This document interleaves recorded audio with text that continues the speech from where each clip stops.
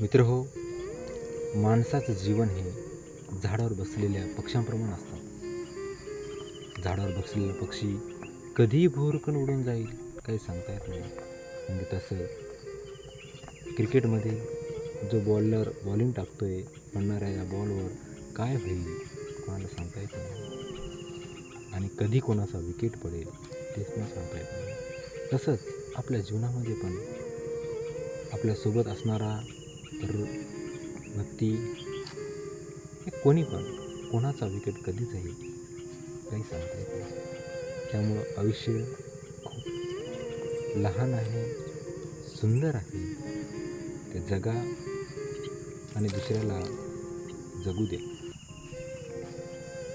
कोणाचं चांगलं करता आलं नाही तरी चालेल मित्र, कोणाचं वाईट करू नका.